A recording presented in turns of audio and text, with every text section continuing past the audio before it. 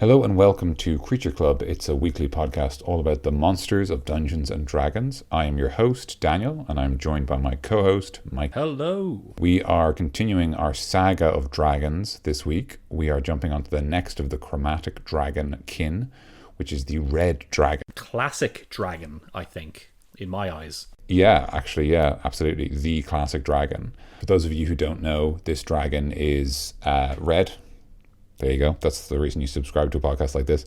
The red dragon is the fire-breathing dragon of the chromatic dragons. It's sort of this smoke. It's red-toned. It loves treasure, monetary treasure, gold, gems, that kind of things it can hold.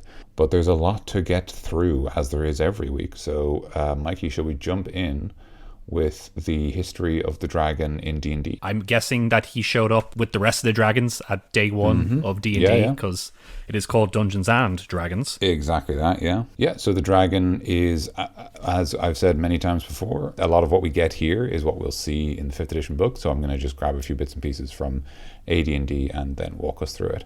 So first of all, if you're curious about the dragon's Latin name, or sort of pseudo-Latin name, it's Draco Conflagratio Horribilis. That's all right, Dan. That's a really hard one to say.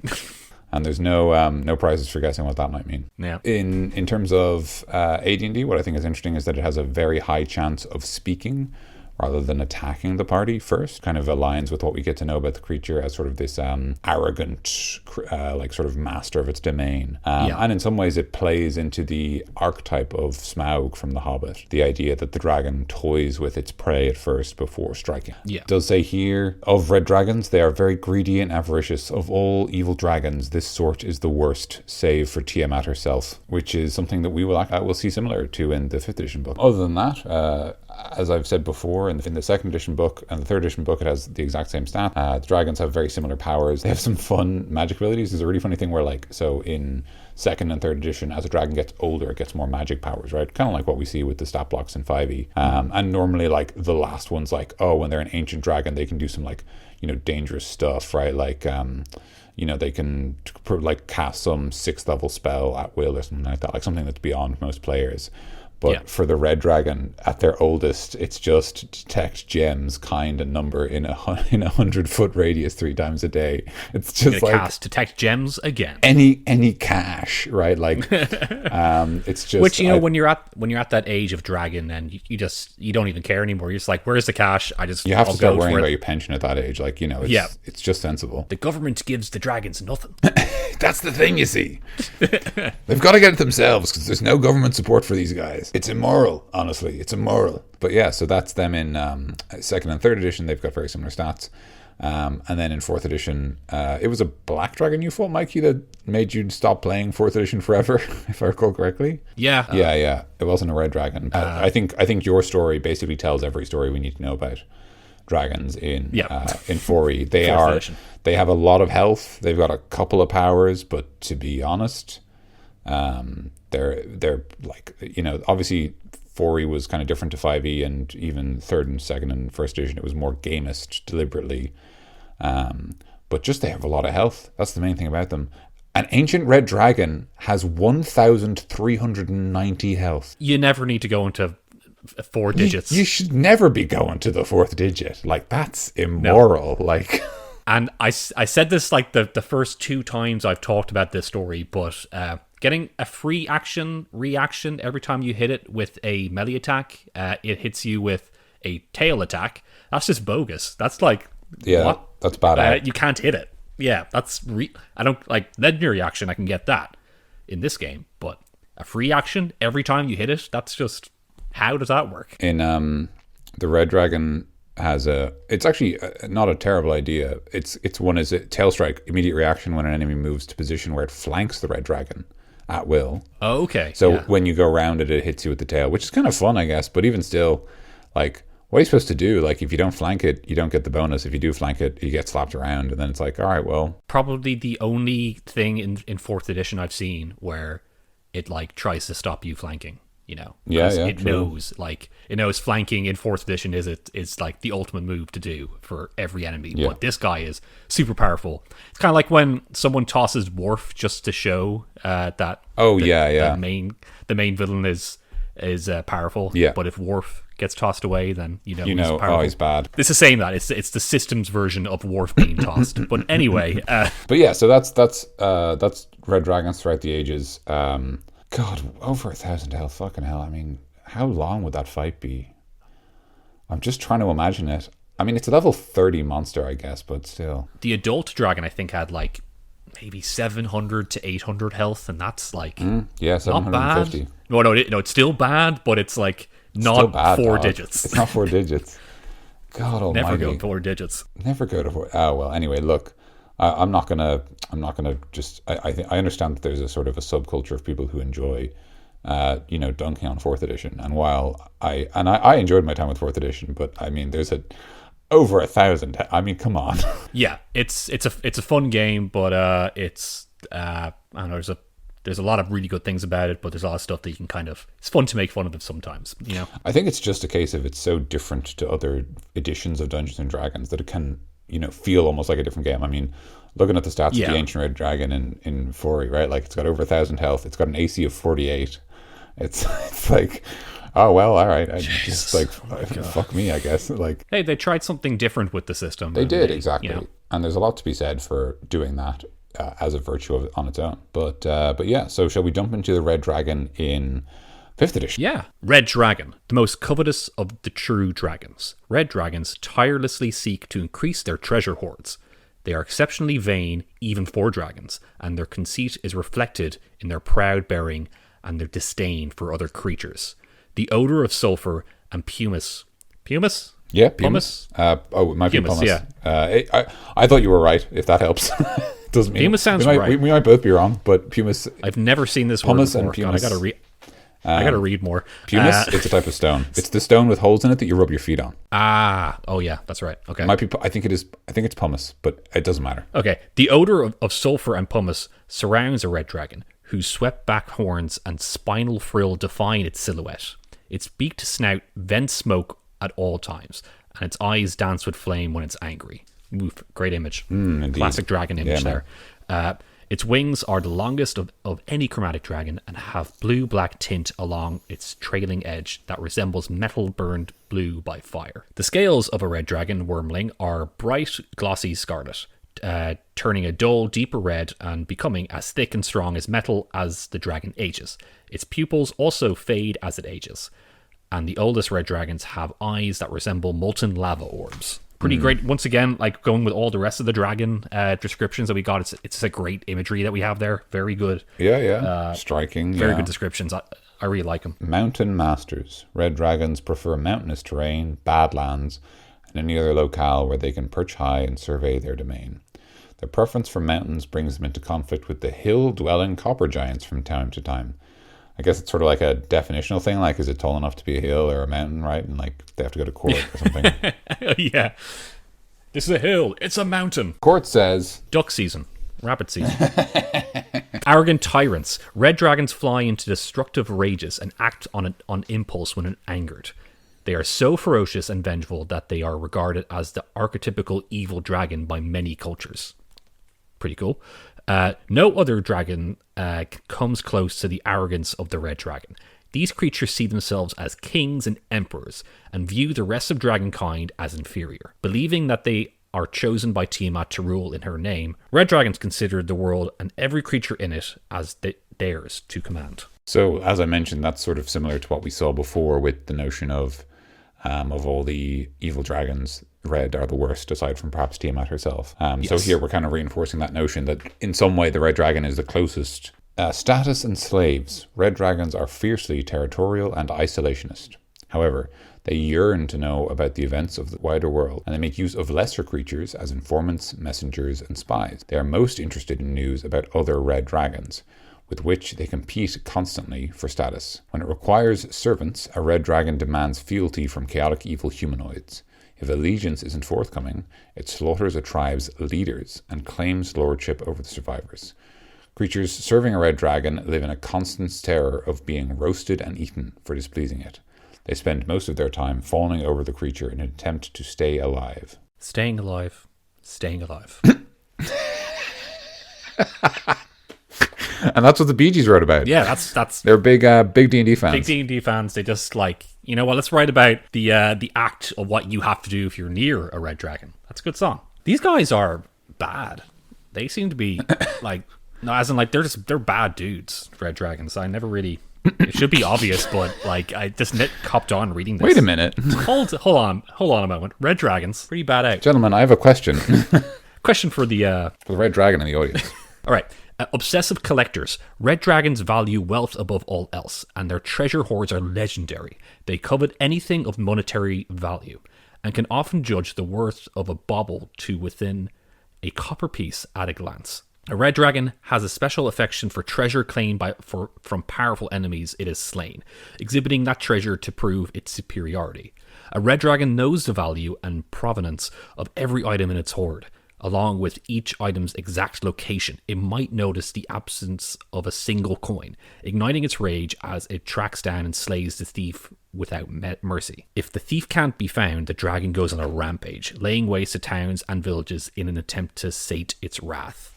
You can really tell that like they really took inspiration from Smaug as like the archetypical dragon, like the just best dragon, I think, for like a D&D kind of dragon, you know.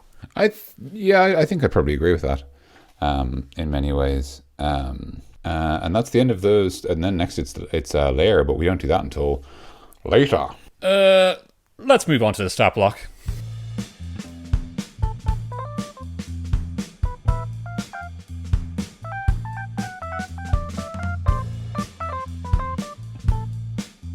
And as always, we'll be starting with the ancient red dragon, and then we will jump through the more juvenile dragons nice and quick. Ancient red dragon, gargantuan dragon. I almost said Cargotic evil. That's not a thing. It's Cargotic. Cargotic evil. Watch out. He's going Cargotic. Marty, he's going Cargotic. Gargantuan dragon, chaotic evil. Armor class of 22. 546 hit points. Fucking hell, after all our talk about hit points, this is... Wow. That's too many. Come on, guys, lads. I think if you, maybe if you can round up to 1,000, maybe it's too many. Hopefully, all your players have enough magical shit to just like. It seems like the fight would be so. Anyway, let's move on. I mean, in fairness, you can do a lot of damage. Let's move on. Yeah. Okay, speed 40 feet on foot, 40 feet on walls with the climb speed, and a fly of 80 feet. So it's a lot faster in the air than it is on the ground or on the walls. It's got a strength of 30. It's got 10 dexterity. It's got 29 constitution. It's got 18 intelligence, 15 wisdom, and 23 charisma. So big boy strength. Ooh, boy. Saving throws, it's got Dex, Con, and Wiz, and Charisma. So it's got the 3 kind of major saving throws and Charisma as well, which sort of plays into the idea that they're very willful creatures. It's trained in Perception and Stealth. I think it has expertise in Perception, which is why it's got such a high score. It's got plus 16, which is obviously for finding invisible hobbits that are trying to steal its treasure. It's got immunity to fire damage, which I don't think will surprise anyone. In terms of senses, it's got a blind sight of 60, dark vision out to 120 feet, and a passive perception of 26, which means it is going to be really hard to slip past this guy. In terms of languages, it speaks Common and Draconic. Probably speaks a lot of other languages, but they're not on this stat block. As it's challenge 24 monster. It's one of the higher, I think it might be one of the highest challenge monsters in this entire book, actually. Yeah, sounds like it. So you can probably defeat him with one level 24 man. Yeah, if he's on his own, yeah, and he means it. Yep. I'm really feeling it. In terms of abilities, it has legendary resistance 3 times a day. If it fails a saving throw, it can choose to succeed instead. Great. In terms of, classic. Yeah, in terms of its actions, it's got the multi-attack we all know and love, or at least know. It can use its frightful presence. It then makes 3 attacks, 1 with its bite and 2 with its claws. We got the, with the multi-attack, the bite attack is melee weapon attack, plus 17 to hit, reach 15 feet, 1 target, hit 21, or 2d10, plus 10 piercing damage, plus 14, or 4d6 fire damage. Claw, melee weapon attack, plus 17 to hit, reach 10 feet, 1 target, and to hit, it's 17 or 2d6 plus 10 slashing damage. That's the claw. Tail, melee weapon attack, plus 17 to hit. Once again, reach 20 feet, 1 target. And then the damage is 19 or 2d8s plus 10 bludgeoning damage. So, a bit of damage there, a bit of damage. Daniel. Sorry. Just What? it was like a fucking, it's like a darts announcer or something. Like, bit of damage there. 83. A bit of damage there. Bit of Or damage. like a bingo caller or something. It's just very good. I really enjoyed it. Frightful Presence. Do you want to explain that again, Daniel, for like the fourth time? I love this ability, and I love how it's worded exactly the same and slightly awkwardly every time. The exact Each same. creature of the dragon's choice that is within 120 feet of the dragon and aware of it must succeed a DC 21 wisdom saving throw. The only thing that changes is the wisdom saving throw. Or become frightened for 1 minute. A creature can repeat the saving throw at the end of each of its turns, ending the effect on itself on a success. If a creature saving throw is successful or the effect ends for it, the creature is immune to the dragon's frightful presence for the next 24 hours. We've already discussed this at length, so we'll say nothing more of it. This is We'll say nothing more about Fire Breath. Recharge 5/6. The dragon exhales a 90-foot cone. Each creature in that area must succeed a DC 24 dexterity saving throw, taking 91 or 26 d6 fire damage on a failed save, or half as much on a successful one.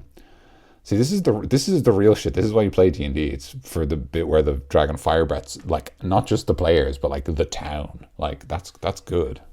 Yeah. Recharge. We have talked about that at length, but I remember you mentioned a thing, I think on this show before, that because recharge, okay, I'll just say it just because it's relevant to what we're about to talk about, but it means that when you've done it, then you have to roll a d6 every turn, and if you get the number, which is recharge 5/6, so it's either a 5 or a 6 on the d6, then you get the ability back.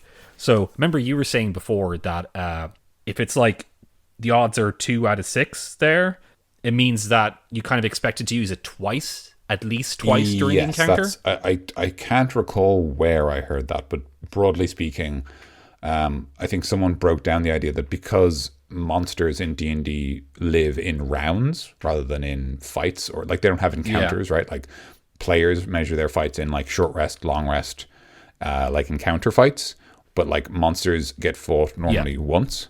And so broadly speaking, a recharge ability, so like recharge 5/6 means I want this creature to use it about twice a fight.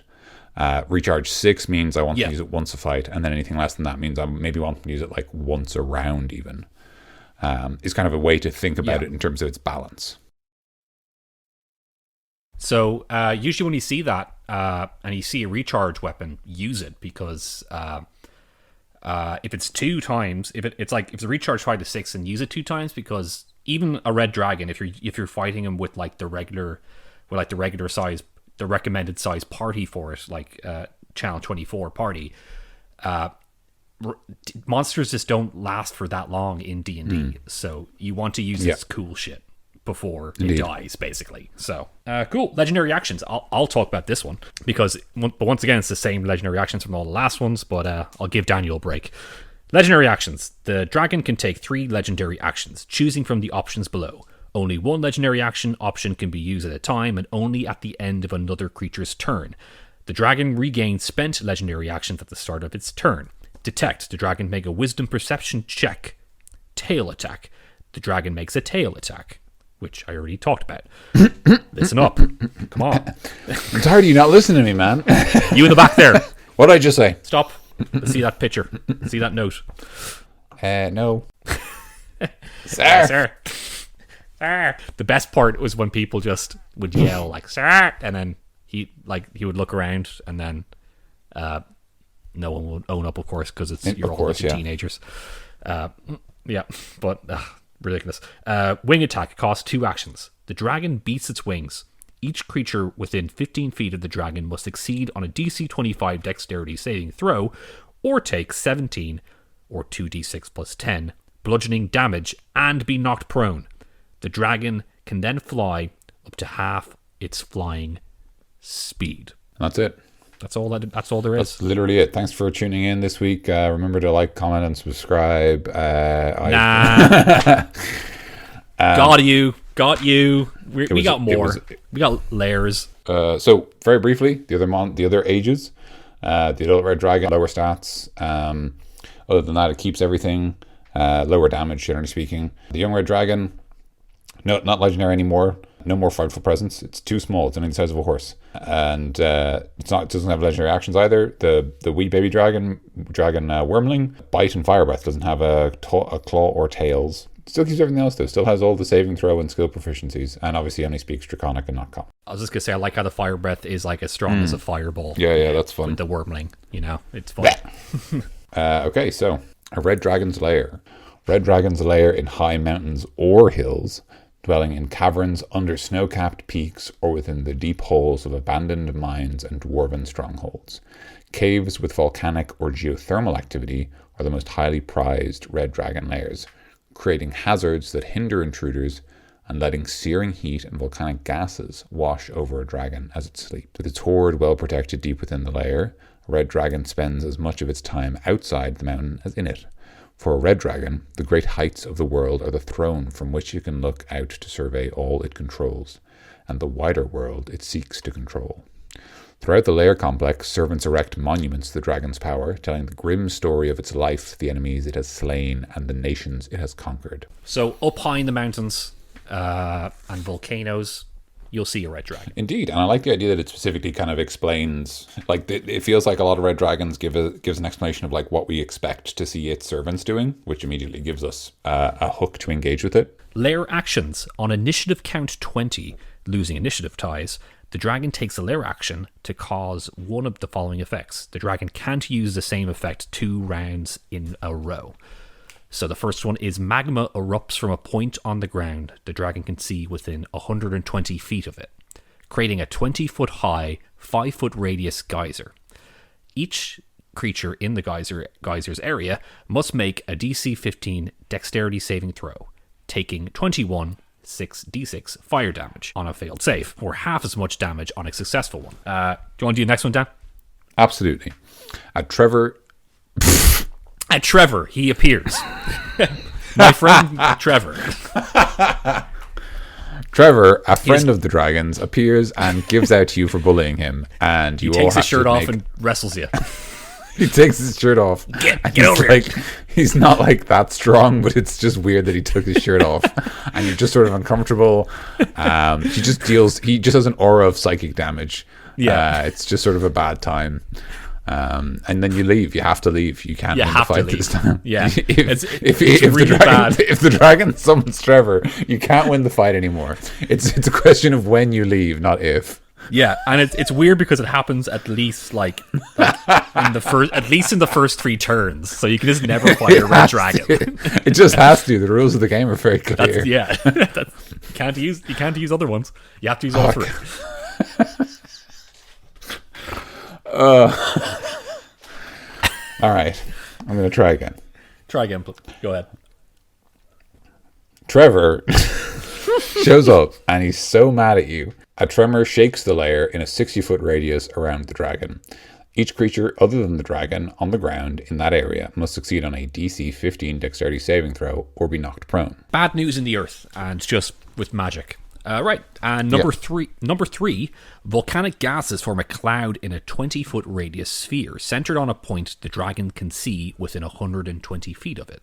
The sphere spreads around quarters. There you go. And thank you. Thanks very much. And its area is lightly obscured. It lasts until initiative count 20 on the next round. Each creature that starts its turn in the cloud must succeed on a DC 13 Constitution saving throw, or be poisoned until the end of its turn. While poisoned in this way, a creature is incapacitated. Ooh, that's a tough one there. That's like the most significant poison I think we've seen in the monster manual so far.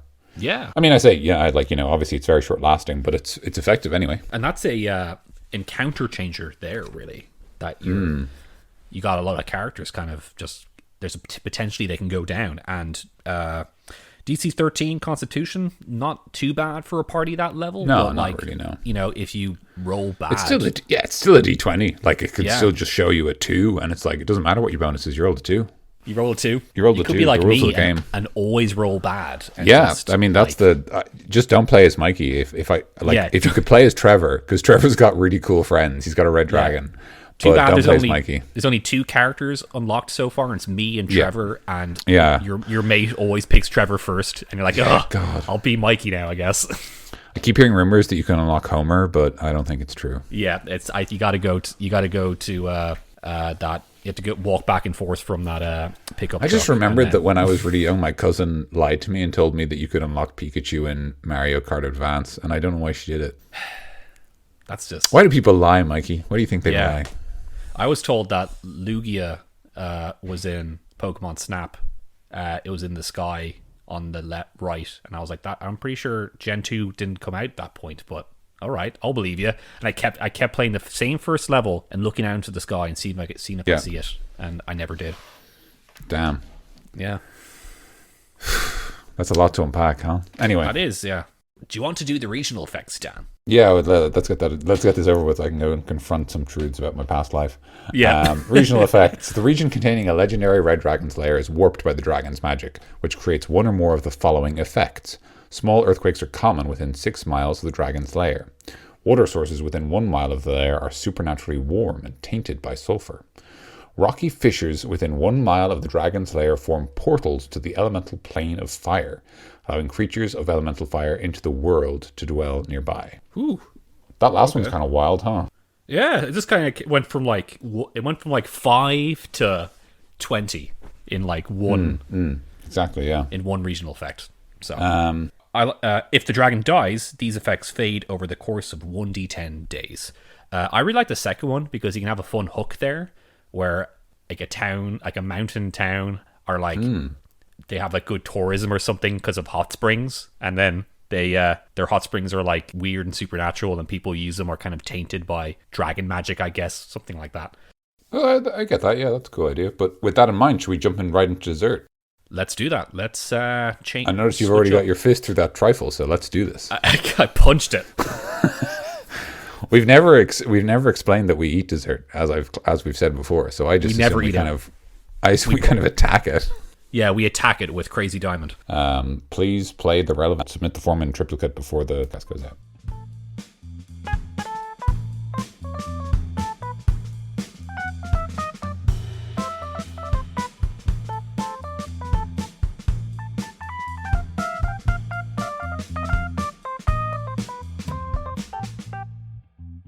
Okay. Bit of bureaucracy there, just, it's complex stuff, running a podcast. Regional effects. So we've just sort of discussed a plot point there where the water sources could be a source of hot springs. It also creates an interesting question of what happens when the dragon dies? Does this town result? So that could be kind of it would be an interesting story from the point of view of it would be you confront an interesting consequence of something. I'm curious about the third one, the third regional effect in particular. Rocky fissures within 1 mile of the dragon's lair form portals to the elemental plane of fire. Yeah, that's like a hook for after the dragon adventure, or just like just another idea. Like you think it's going to be a dragon thing, and then you just figure out there's a portal to the plane of fire. Maybe you go there, and of course everything is on fire there. But I guess that's what the plane of fire is. Of course, yeah, like everything's on fire in that place. But and of course, when you enter it, you go on fire. Yeah, you need to have a red tunic. But yeah, having a portal there. Except if you're Sheik, she doesn't need a red tunic. Yeah, that's weird. How come? That's bogus. But no. Wait a minute. If you have a portal there, just in the rocky fissures, then there's probably like elementals popping out and just like fire beings, like, seeping through. And you have a lot of them around the lair or the region. Honestly, this is going to sound weird, but all I think about is how, if you kill the dragon, that door closes. But, who's to say what's using that door and what's relying on it? So, there's some interesting stuff there where you could almost do some are you familiar with is it Lonesome Road, the last Fallout New Vegas DLC? No, I'm not. Do you mind if I I don't know how much of a spoiler this is, but if this spoiler bit will bother you, I think if you jump ahead 30 seconds you'll be fine. Also, New Vegas came out yeah, I don't even know how long years ago. Well, I personally don't mind, but if it really bothers people at home, then skip ahead. Indeed, skip ahead. But there's a point in that where... So Lonesome Road is basically... The whole setup is you're going to confront a person from your past and they know something about you and blah, blah, blah.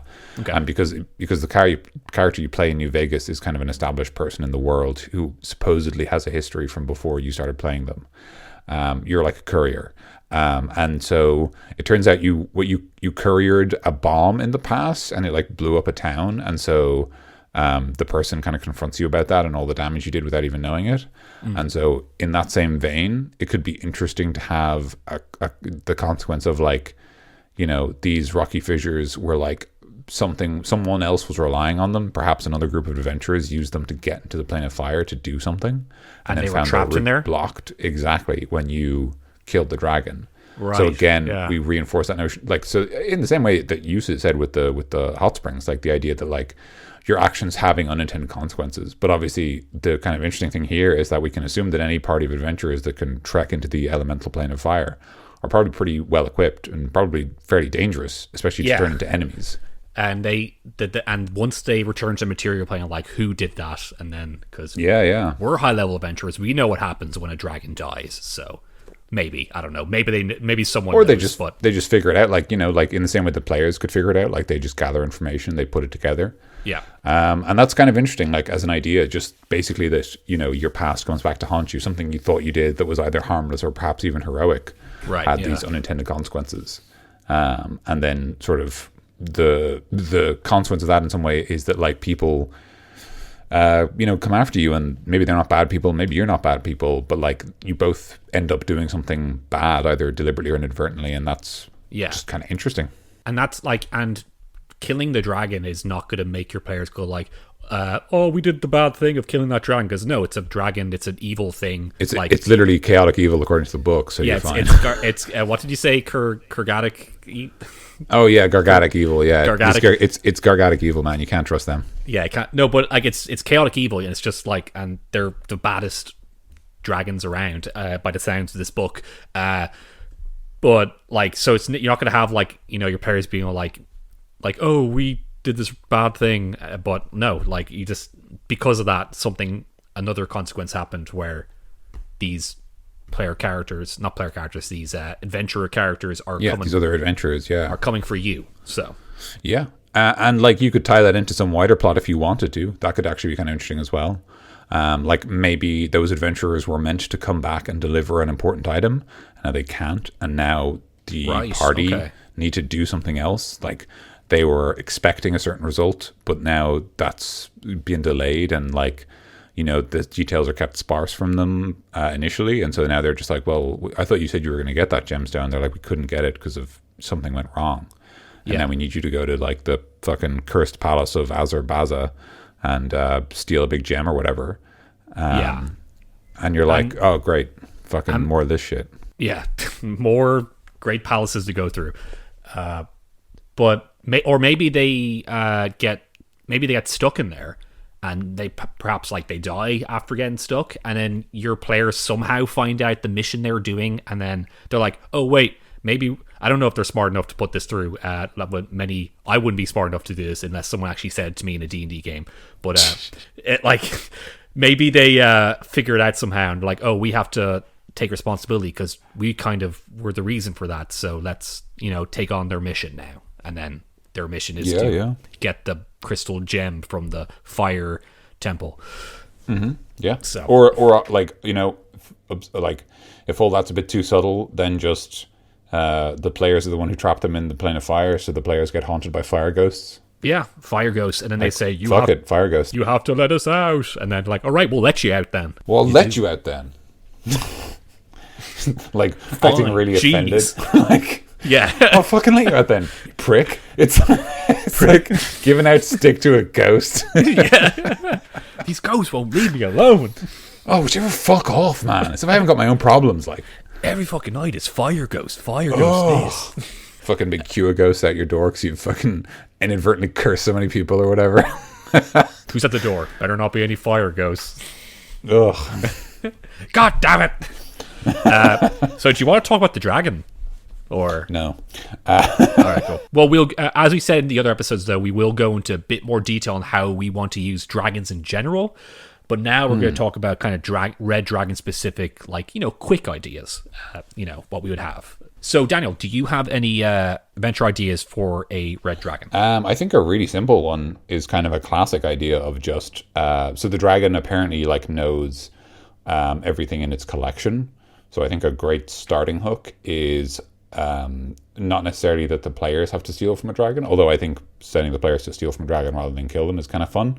I think a simpler hook is just that someone has already stolen from the dragon, and now the players have that loot, either or indirectly, right? Like either some bandits snuck into the lair while the dragon was out hunting, stole something, and now they're being hunted, but then they just run into the players, and the players are just like, oh great, bandits, and just kill them and take their stuff.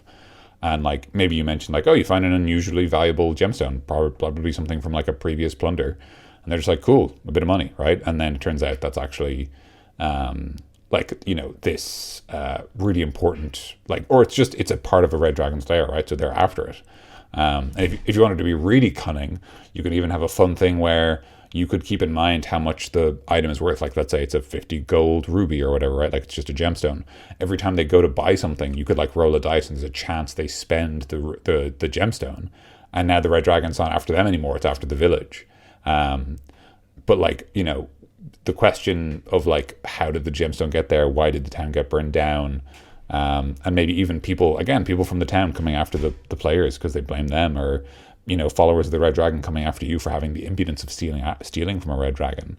So that'll be a great way to, like, you know, obviously there's a big red dragon in that cave, please go kill it, it's got loads of money, is a fantastic hook.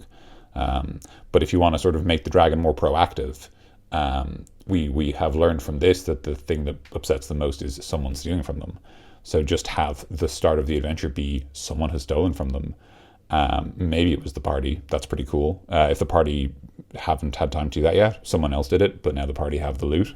I think maybe that might be a fun idea for like a significantly weaker party than what it should be fighting it, because they would have to use their brain to deal with the dragon instead of like, oh, we can just fight it ourselves. But they're like, no, if we want to fight it, maybe we need help from like everyone in the world, like, you know, like a spirit bomb. No, like everyone in the village to like help us fight it with our brain. But like, you know, if they somehow got this gem or something from the dragon's hoard, then, and they're like, you know, maybe like level 5 or something all to get, like, they're all level 5, they would have to like, oh, they have to figure it out themselves using, you know, a bit more to use their brain instead of just like an encounter, just expecting an encounter to happen in a classic way, you know? Yeah. And then, you know, that opens up a lot of potential for the players to do fun stuff with it, like deliberately get the gemstone into the lair of another dragon so that those two dragons fight, and then the players can take advantage of the wreckage, stuff like that. Right, okay. So that could be kind of fun, is like make it more return to that sort of Game of Dragons, that like sort of more political angle almost. Yeah. As well as that, I think as I was mentioning before, I think there's a lot of fun stuff here where it talks a lot about the sort of things that the followers of red dragons do, and I think that's kind of useful. Like, it gives you an idea of like what kind of activity the servants of those lairs need. I mean, they apparently erect monuments, so they need stone, they need stoneworking tools, they need rope, and they need like cranes and lifts.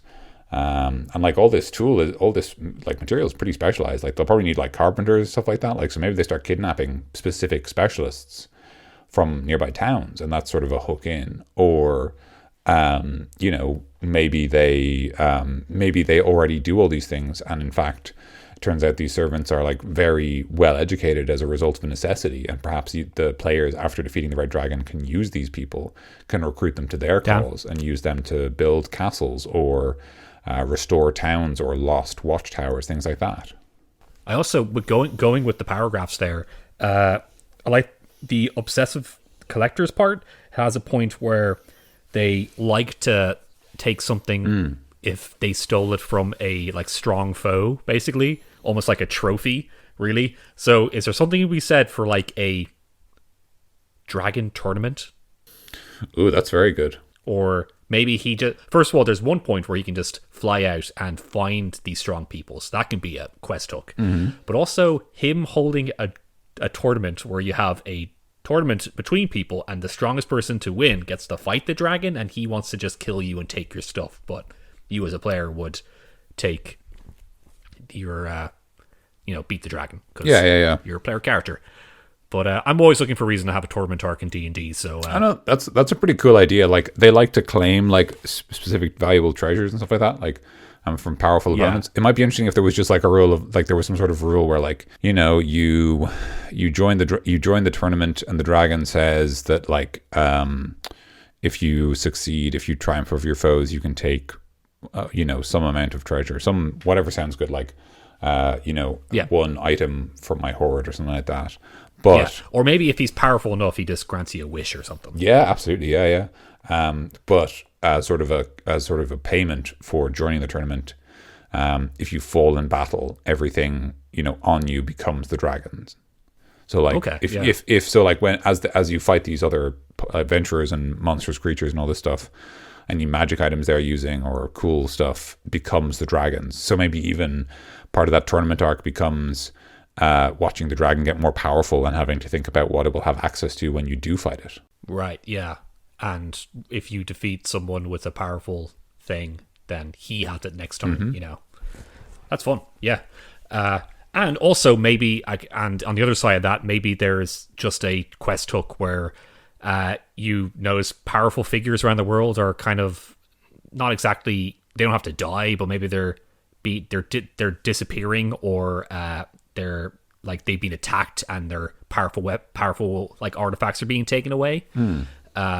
And you're like, they're all like, oh, it was this dragon, or this was happening, or if they disappeared, then it's a bit more of a mystery, I guess. But that can be cool too. So going with that angle where it wants to kind of take, it's more about the individual than the actual treasure, Right. I like that as well. I was actually on that same vein, the idea of like powerful people.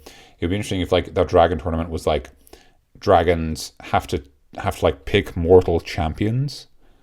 So like that's what's happening to them. They're like becoming the champions, like quote unquote champions of red dragons, and then maybe that happens to the party, and that's how they get like wrapped up in all this. That's fun. I like that. And there's just all the other dragons are there, and it's a weird dragons tournament going on. Yeah, it's like when you were kids and you made like snails race, and you're like, that's my snail, but they're fucking snails, man. They don't know what you're talking about. They don't know what you're talking about. They're just trying to get to. They're just trying to get to the food. There's food over there. Yeah, there's lettuce or whatever. They're going nuts for it, man. Yeah, they're going nuts for it. They're going nuts for lettuce. Oh, I love a bit of lettuce. That's my impression of a snail. Oh, a bit of lettuce. Have to say it more slowly to be a snail. Yeah, we're just speeding it up. Yeah, of course. For human. Anything else to say about this? No. That dragon tournament. Weirdly, it's just I hear you. It is weird, right? Like it's like, why are they doing this? It's like, who knows? It's their weird religion or whatever, right? Like it's just their thing. Like just let them do it. Who knows? It's cool. Or maybe there's like a pact that they don't want to destroy the world that they're on, so they don't want to fight each other as themselves. Yeah, it might be like a sort of a, it's unbecoming for us to fight each other. So we should have our champions do it. And obviously whoever's the strongest dragon should have the strongest champions. Yeah. Therefore, blah, blah, blah. Blah, blah. Ergo, ipso facto. Vis-a-vis. Corpus habeas, etc. Yeah. The Matrix. I was just going to say that, like, I think I'm kind of with you in the sense that I think I just like big evil dragon that breathes fire. I keep doing things like being the person that says, but does it go around corners? But like when I'm actually running a game, I just like things to be like archetypal. Like, I mean, there's a reason like my favorite monster is probably goblins, because they can do so much. And in that same vein, I think I like the red dragon because like it fills the dragon fantasy. Yeah. And like D&D weird esoteric dragon lore about colors and metals and stuff is cool, but for a lot of people it doesn't mean anything.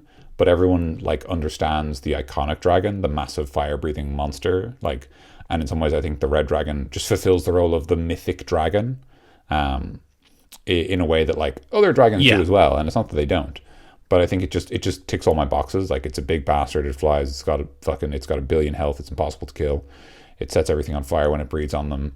It lives in lava. It like fucking, it's just like, yeah, I don't know. I think it's good. Like, so yeah, like that's just a bit of feedback from myself. Like, I was just musing on it as we were getting ready to record, that I think red dragons are probably my favorite. I don't know why I haven't used them more, But I think it's just because the expectation for dragon in some ways is that they breathe fire. Yeah. And I think that like people, like even though red dragons are very, very cool and just iconic, people when they're playing D&D, they want to try one of the different dragons, I guess, because you don't really ever use them a whole lot, except for like maybe once for like a proper boss fight, like near the end of your campaign. So you're like, oh, I might as well choose something a bit different because everyone knows there's a fire-breathing dragon, but this one shoots lightning. That's cool. But a fire-breathing dragon, that's a classic imagery. Everyone knows that. Everyone knows a fire-breathing dragon and they love gold. That's just what a dragon is. And the rest of dragons are awesome, but you can't don't break it if it's not fixed. What? Yeah, don't break it if it's not fixed, Mikey. For fuck's sake, stop breaking shit, man. What has Trevor told you about breaking shit that's not fixed? If it's not broken, don't break it. If it's not broken, Thanks, Trevor. If it's not broken, don't fix it. I can't believe I didn't know what that saying was for a second. My brain this lock-in is becoming it's wrecking me. It's fierce, man. The pandemic's getting to your brain. It is, yeah. I've got bad. No, head. seriously, there's nothing to be there's nothing ill to be said about the classics. That's I guess what I was trying to say. Yeah, really. I agree. Dragons are awesome, and this is a dragon. This is the dragon. In some ways, it is the dragon. Yeah. But as we said, we're going to go into a bit more detail on all of our dragons when we're finished the dragon series. For now, we're just going to say our bits on each of these dragons, and then we'll do like a dragon's conclusion episode with. I think so. Yeah. Thank you very much for listening. This has been Creature Club. If you've enjoyed this, you can subscribe on whatever tool you use to listen to podcasts. You can leave reviews if the tool you use lets you do that. That'd be nice. If you've enjoyed the episode, you can also go to our website, which is creatureclubpodcast.com. And you can comment below the episode, or you can use the contact us form just to let us know that you liked it. Those are actually really nice. If you have any ideas about this episode or about D&D in general, you can contact us either via the website or on creatureclubpodcast@gmail.com. That's the best place to send us big stuff, like big homebrews and stuff like that, or more sort of more elaborate ideas. Otherwise, if you have something small to say, at Creature Club Pod on Twitter. We're all on Twitter pretty often, so if you mention it there, we'll probably all see it. That's everything, yeah. That's everything. Sounds like it. Yeah, that's all our bits. If you can do them, that's great. Otherwise, honestly, the best part about making this podcast is that it makes people happy. So like if it makes you happy and you know a friend who's probably fucking bored out of their mind because we're all stuck indoors, maybe send them this podcast. I mean, it's a weird thing to recommend a podcast to anyone, so don't feel like you have to. But I mean, look, we've all got a lot of free time at the moment. Like I've gone back, I've been re-listening to Cool Games Inc., which is a lot of fun. I think honestly, right now, I think all of us, maybe not all of us, but I certainly feel like for myself, I think we need comedy podcasts more than we need like another like true crime, like some person's been turned into like fucking mincemeat and left out for the pigs or something. Like, yeah, we just need like, a bunch I'm all right, man. We need a bunch of goofballs, and I guess you can't. We're not really comedy. We're just we're more banter. And with a light D&D skin on top of that, but no, as like the skin of a balloon, yeah. But if they if they're into D&D and into running games, then a lot of people have given us very nice testimonials before. So I'm gonna hopefully go on that, and then I'd say they'd like it. So exactly, and we love doing this, so. We do. We'll just keep going for it. Awesome. Well, let's finish it there. Guys, next week we're going to go on to the next dragon, which is the white dragon, I believe. The white dragon, the last of the chromatic dragons. Don't worry, we have more dragons after that. Plenty more where that came from. Oh, yeah. And then we got 2 more templates, so... We're halfway there. Whoa. Sort of. Living on a prayer. Yeah. Great. Thanks for listening, guys. See you next time. Stay safe. I've been Mikey. And I've been Dan. Stay cool. Wash your hands. Wash your damn hands. Please wash your hands. And stay inside. And actually remain indoors. Yeah.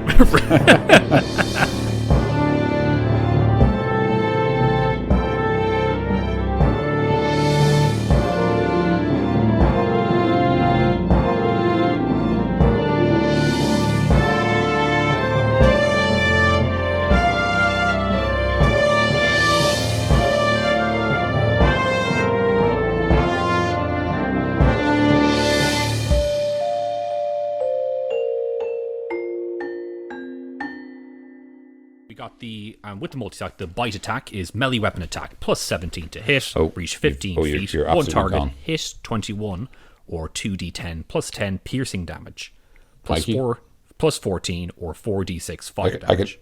Can you hear me? Grant. I was sorry, reading out apologies for interrupting you. Then, yeah, no, you cut out for a second there, but I can hear you reading. No problem. If you got that all, you can jump to the next bit, or if you want to take it again, that's fine. I got it all there. I can. Oh yeah. Mikey, can you hear? Shut up.